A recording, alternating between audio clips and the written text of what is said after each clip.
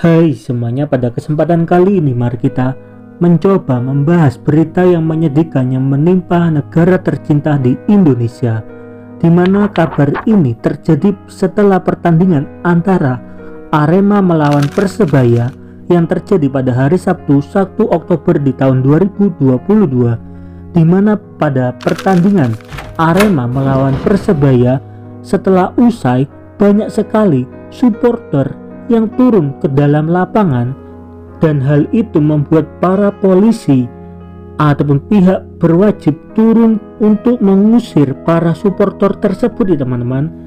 Meskipun pada momen di sini pihak polisi juga sempat melakukan tindakan yang mungkin tidak diperbolehkan ya teman-teman. Tindakan apa itu? Di mana para polisi menyemprotkan gas air mata kepada para penonton yang terjun ke dalam lapangan, dan hal itu memang tidak diperbolehkan ya teman-teman ketika berada di dalam pertandingan sepak bola. Lalu siapakah yang salah? Apakah para supporter yang kecewa terhadap hasil dari pertandingan antara Arema melawan Persebaya, di mana pada hal yang bersamaan ada seseorang yang memberikan cuitan terhadap kasus kekalahan ini, di mana dikatakan dulu waktu fans MU keluar dari stadion saat pertandingan belum usai, aku pikir mereka tidak loyal karena MU kalah dari Liverpool 5-0. Tapi setelah suatu kejadian aku paham bahwa mereka hanya tidak bisa berdamai dengan rasa kecewanya. Jadi kalau memang supporter Indonesia kecewa, seharusnya mereka memilih meninggalkan stadion ya teman-teman, bukan malah masuk ke dalam stadion, bakal menimbulkan kerusuhan di sana ya teman-teman. Pada akhirnya tragedi ini menimbulkan banyak sekali klub internasional mengucapkan turut berduka cita atas kasus yang tertimpa di Indonesia. Bahkan Presiden Republik Indonesia juga membuka suara, di mana Bapak Joko Widodo memerintahkan agar PSSI bisa menghentikan Liga 1 sampai evaluasi selesai dilakukan. Begitu juga dengan Presiden FIFA yaitu Gianni Infantino mengatakan bahwa dunia sepak bola sedang syok atas kasus yang terjadi baru-baru ini, yaitu kasus yang terjadi di Indonesia. Kenapa? Karena kasus yang terjadi pada hari kemarin kasus terbesar kedua di dunia ini, di mana pada saat ini korban jiwa telah mencapai di atas 150 jiwa ya teman-teman.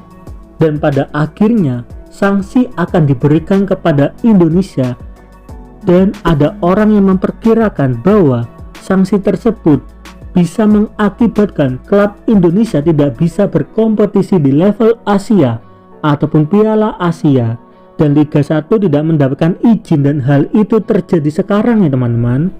Berikutnya, status tuan rumah Piala Dunia U20 yang akan diadakan di tahun 2023 akan bisa dicabut.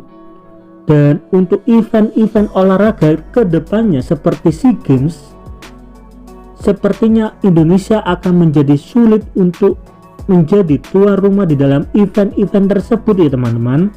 Lalu sebenarnya siapa yang salah?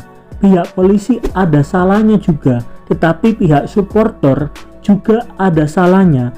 Apalagi di dalam salah satu media sosial Indonesia dikabarkan di dalam pertandingan tersebut panpel ataupun panitia pelaksana salah juga karena menjual tiket lebih dari kuota yang telah ditetapkan, sehingga hal itu membuat para supporter mungkin tidak mendapatkan bangku ya teman-teman.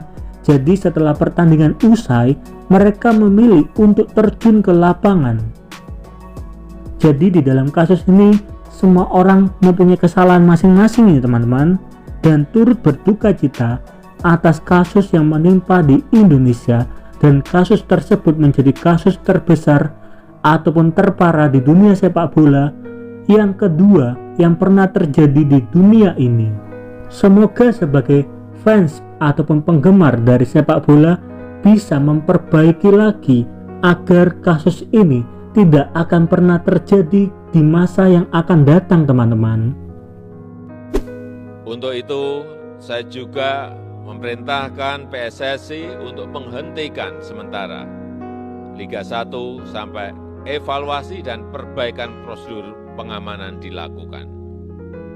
Saya menyesalkan terjadinya tragedi ini dan saya berharap ini adalah tragedi terakhir sepak bola di tanah air. Jangan sampai ada lagi tragedi kemanusiaan seperti ini di masa yang akan datang. Sportivitas, rasa kemanusiaan, dan rasa persaudaraan bangsa Indonesia harus terus kita jaga bersama.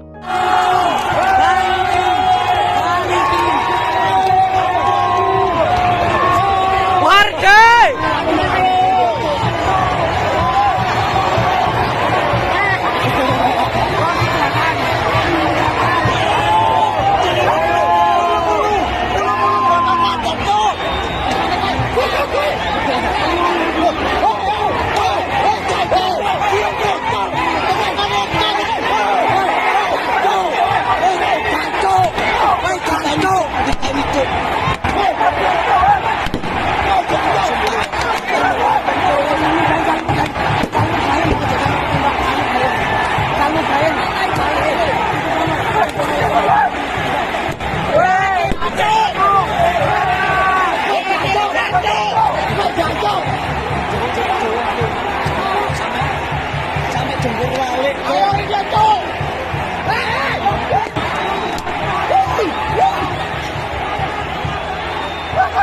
Hey!